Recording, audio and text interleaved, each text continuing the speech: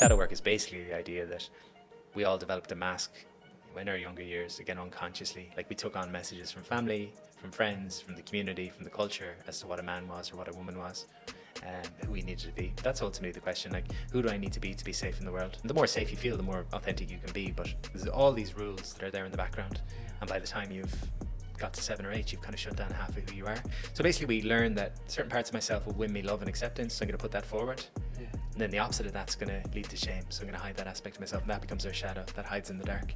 And we think it goes away maybe, but really it starts to unconsciously run our lives, because you just see everything as black and white as a kid. You don't have context. But then maybe you decide, okay, anger's bad or assertiveness is bad, and your strategy to hide that part of yourself is to people please, so to put everyone ahead of yourself, to make sure everyone else feels comfortable. But the problem with that is the anger gets turned inward, and you start to attack yourself with toxic shame. Shadow is the parts that we learned were unlovable, that we've pushed into the dark, that we decided at some point were wrong, but that if we can take them back out and look at them a little bit closer, we'll see that there's actually gifts.